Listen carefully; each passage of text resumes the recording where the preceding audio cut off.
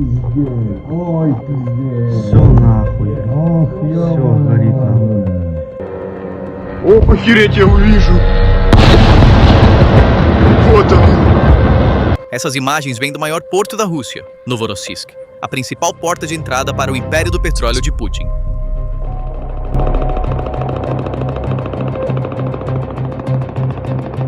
É aqui que 20% das exportações de petróleo marítimo da Rússia são carregadas, o último refúgio da frota do Mar Negro, e a porta de entrada pela qual o petróleo do Cazaquistão chega ao mundo.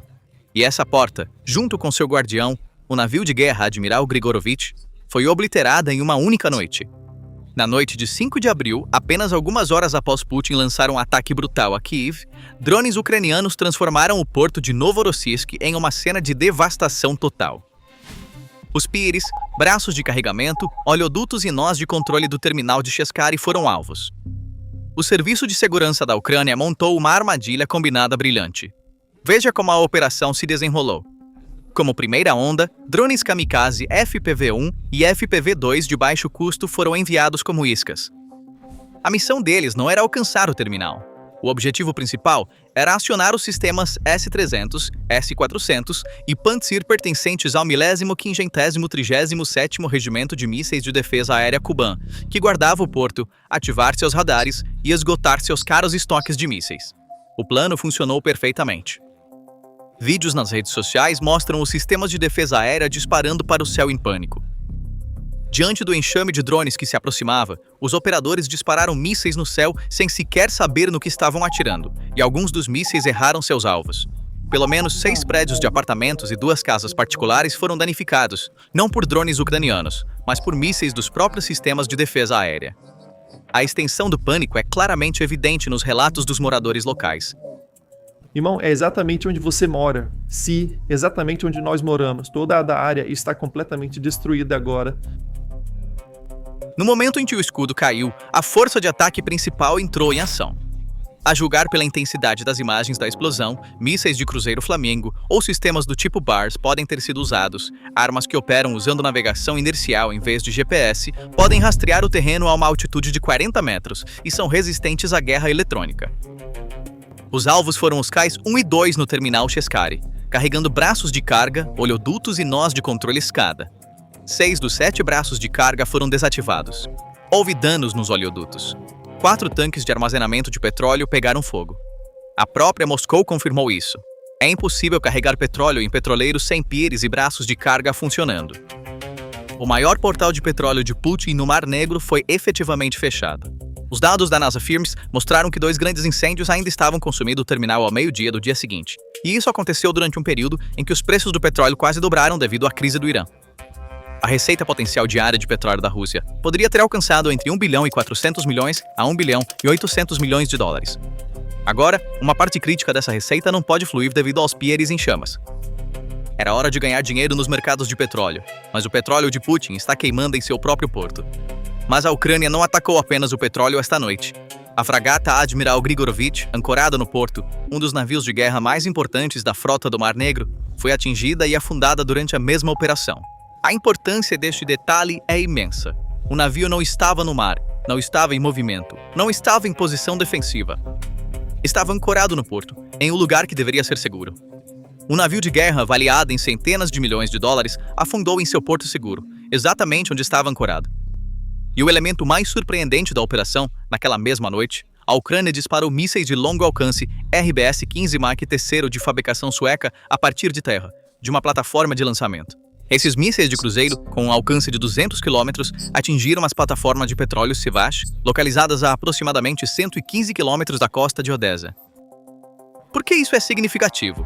O RBS-15 foi projetado como um míssil de navio para navio ou de terra para navio. Agora está sendo usado contra plataformas de petróleo. A Ucrânia está usando as armas que recebe de seus aliados de maneiras cada vez mais criativas, e um alcance de 200 km coloca uma grande parte do Mar Negro no alcance de tiro da Ucrânia. Cada navio russo, cada plataforma, cada instalação naval, tudo ao alcance de um único míssil lançado de Odessa. Em uma única noite, um terminal, um navio de guerra e uma plataforma de petróleo. Infraestrutura energética e militar atingida simultaneamente. Isso não é uma seleção aleatória de alvos. Esta é uma estratégia que desmantela sistematicamente o poder naval e a economia energética de um país. E a conclusão é simples: nenhum lugar é realmente seguro agora. Agora vamos à questão principal. O que Putin realmente perdeu naquela noite? A resposta não está nos armazéns em chamas ou no navio afundando. As perdas são muito mais profundas e duradouras. O porto de Novorossiysk não é apenas um terminal de exportação comum. É a linha vital que alimenta a máquina de guerra do Kremlin. O terminal Cheskharis, de propriedade do monopólio estatal Transneft, lida sozinho com aproximadamente 20% das exportações de petróleo marítimo da Rússia, com uma capacidade diária de 700 mil a 750 mil barris.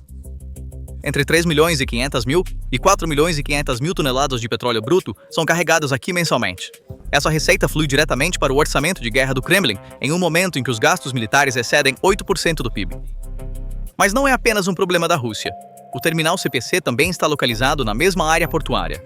Aproximadamente 80% das exportações totais de petróleo do Cazaquistão são transportadas para Novorossiysk através do oleoduto do consórcio do oleoduto do Cáspio.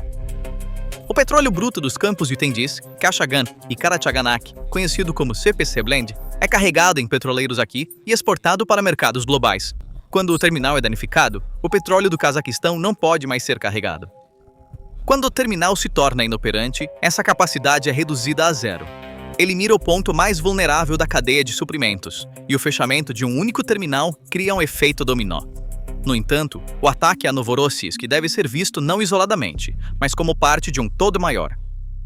A Ucrânia está atacando sistematicamente a infraestrutura de exportação de energia da Rússia em 3 frentes simultaneamente, e cada frente tem sua própria dinâmica, seus próprios alvos e suas próprias consequências.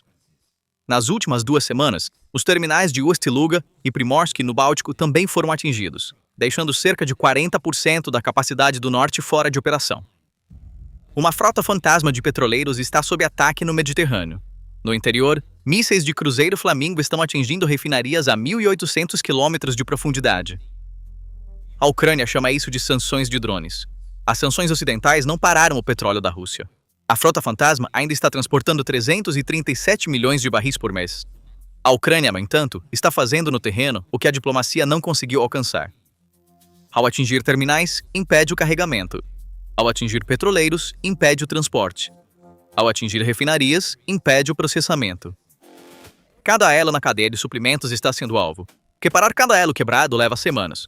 Peças de reposição não estão chegando devido às sanções. Fabricantes ocidentais não estão vendendo equipamentos. Alternativas chinesas são controversas. Sevastopol está inutilizável. A fragata em Novorossiysk foi afundada no porto. O alcance de 200 km do RBS-15 cobre toda a presença russa no Mar Negro. Onde os navios da frota passarão por manutenção? Onde eles reabastecerão? Onde os navios que retornam do Mediterrâneo sob a Convenção de Montreux buscarão refúgio? Não há mais respostas para essas perguntas.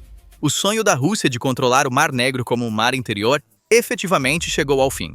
O petróleo CPC do Cazaquistão também estava sendo carregado em Novorossiysk. Quando o terminal fechou, o petróleo cazaque foi bloqueado. Investimentos da Chevron e ExxonMobil estão em risco. O Cazaquistão já recorreu a alternativas, o oleoduto Baku-Tbilisi-Ceyhan e a ferrovia chinesa. Grandes clientes como a Índia e a China estão sendo afetados por atrasos nas entregas.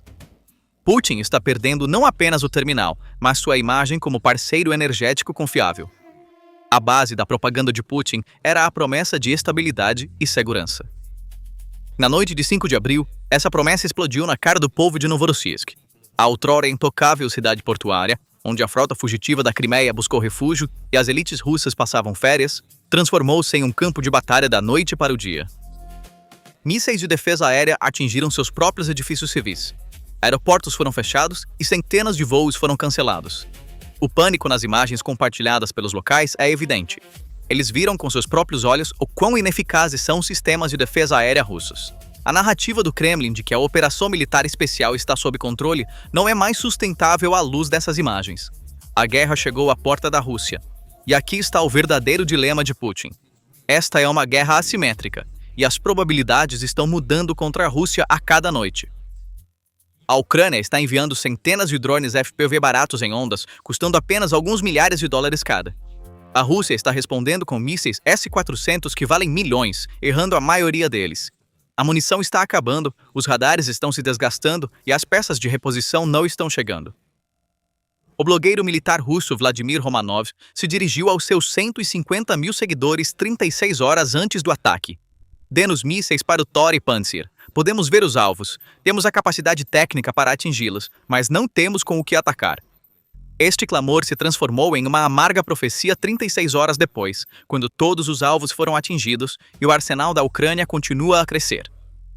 Uma noite, drones kamikaze baratos. Outra noite, mísseis de cruzeiro Flamingo. Mais uma noite, mísseis antinavio RBS-15 de fabricação sueca, contra a qual a Rússia irá se defender. Não pode se defender de todos ao mesmo tempo. Proteger cada ponto simultaneamente é impossível, mas o lado atacante pode escolher o ponto mais fraco a cada noite. No quarto ano da guerra, a equação é esta. A capacidade de ataque da Ucrânia cresce a cada mês. A capacidade de defesa da Rússia se deteriora a cada noite. A diferença aumenta um pouco mais a cada semana. Como resultado, o petróleo não pode ser carregado sem Novorossiysk. A frota está enfraquecendo sem o admiral Grigorovich. A produção offshore para sem a plataforma Sevash. Terminais do Mar Negro estão em chamas. Terminais do Báltico estão paralisados. Petroleiros no Mediterrâneo estão sob ataque. Refinarias no interior estão ao alcance de drones. O número de rotas pelas quais a Rússia pode transportar seu petróleo com segurança para o mundo está diminuindo a cada mês.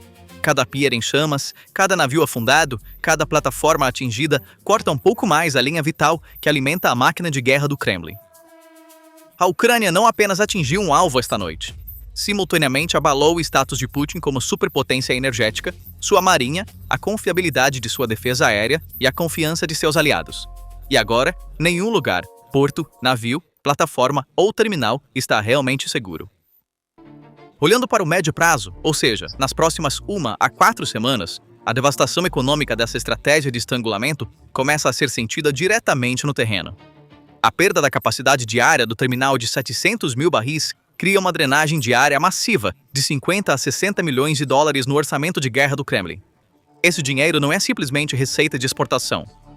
Traduz diretamente para a produção de novos projéteis de artilharia, a compra de drones e mísseis balísticos, os salários dos soldados na linha de frente e peças de reposição para veículos blindados. Embora a Rússia esteja tentando superar este gargalo desviando os embarques de petróleo para portos bálticos, como Primorsk ou Ust-Luga, essas rotas alternativas criam enormes custos logísticos adicionais e atrasos. À medida que a pressão orçamentária aperta o cerco, o ímpeto ofensivo da Rússia está diminuindo. O armamento das unidades recém-desdobradas com armas pesadas está sendo atrasado, e os esforços de fortificação estão sendo prejudicados. As engrenagens da máquina de guerra estão começando a se desgastar devido à falta de fundos e falhas logísticas. No entanto, há outro ponto crucial aqui que é um pesadelo para o Kremlin. Cada terminal de petróleo atingido aprofunda a crise de combustível dentro do país. Isso levanta a questão: para onde irá o combustível escasso? Para as enormes reservas de diesel necessárias para manter os tanques, veículos blindados e unidades de artilharia na frente ucraniana em movimento? Ou para os postos de gasolina nas cidades para evitar o pânico civil e uma potencial explosão social? Se o combustível for direcionado para o exército, o caos nas cidades aumentará, e a autoridade de Putin será diretamente questionada pelo seu próprio povo. Se o combustível for direcionado para o consumo civil, isso limitará severamente a mobilidade das tropas russas na frente, tornando-as alvos imóveis e indefesos e apresentando à Ucrânia novas oportunidades de ataque. Ambas as opções carregam o potencial de desastre. Para entender esse potencial desastre, é necessário lembrar como o equilíbrio de poder no Mar Negro foi destruído nos últimos anos. O mito do poder naval do Kremlin foi gradualmente erodido diante da Ucrânia, que nem sequer tem uma marinha. A vulnerabilidade atual da frota é, na verdade, o resultado de uma série de retiradas estratégicas. O primeiro grande choque desse colapso ocorreu em abril de 2022, com o naufrágio do cruzador Moskva, o carro-chefe da frota do Mar Negro, nas águas do Mar Negro.